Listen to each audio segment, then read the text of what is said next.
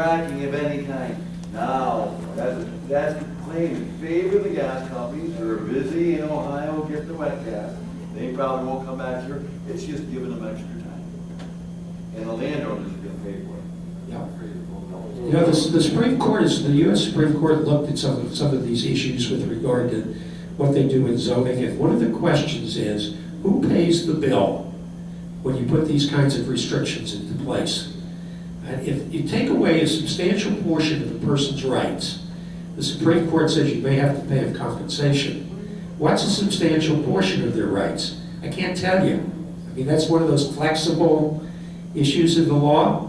But the question with these bans and restrictions is, who pays the price for that? You're taking away the landowner's rights, and under the current system, what these towns are saying is, we don't have to give you anything.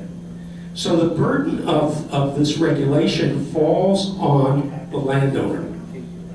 The other alternative the courts have is to say, wait a minute, this is enough of a taking to be a public charge, and the cost of doing it should be compensated and spread out over the entire population of the town. So if you want to take the landowner's land, their rights to this thing, you got to pay for it.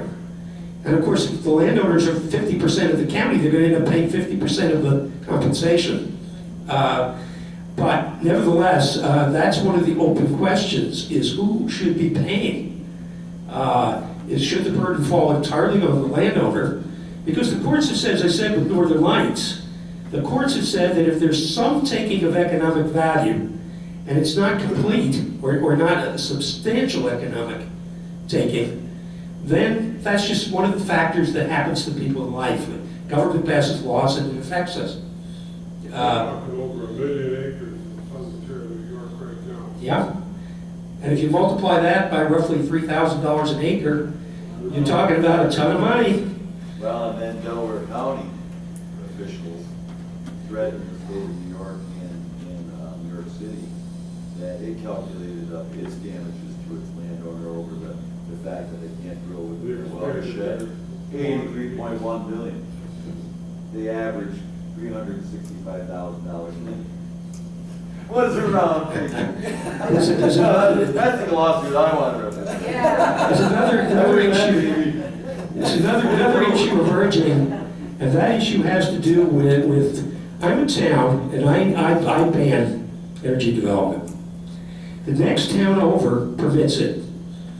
So wells go in, and traffic starts passing to the wells through the town that banned it. The town that's permitting it is going to get ad valorem taxes. There's going to be revenue. The town next door, like my town, which has banned it, may bear some of the consequences of economic development, but not receive the revenues. So there's now a proposal floating around, proposed by the towns that are doing the bans, that the towns that permit it should share the revenue.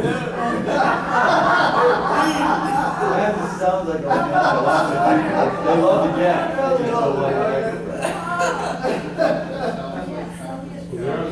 Yes.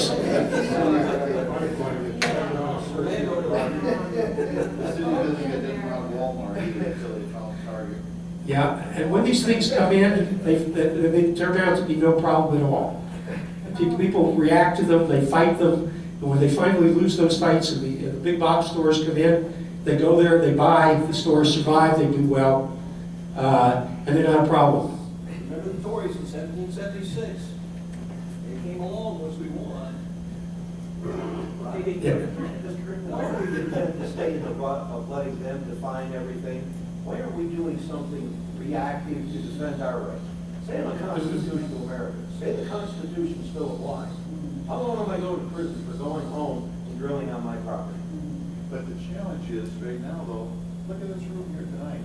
I'm from Tioga County, and I am more than disappointed. I mean, I cannot believe that the county municipal leaders, the town municipal leaders, aren't here to hear. I assure you that 75% of them don't understand half of what was shared here this evening. And oh, I don't know if they do or not. But what kind of support do we what kind of support do we show our town leaders? Has our coalition even gotten 1,000 signatures, but legitimate signatures we could get and present to every town board in our county?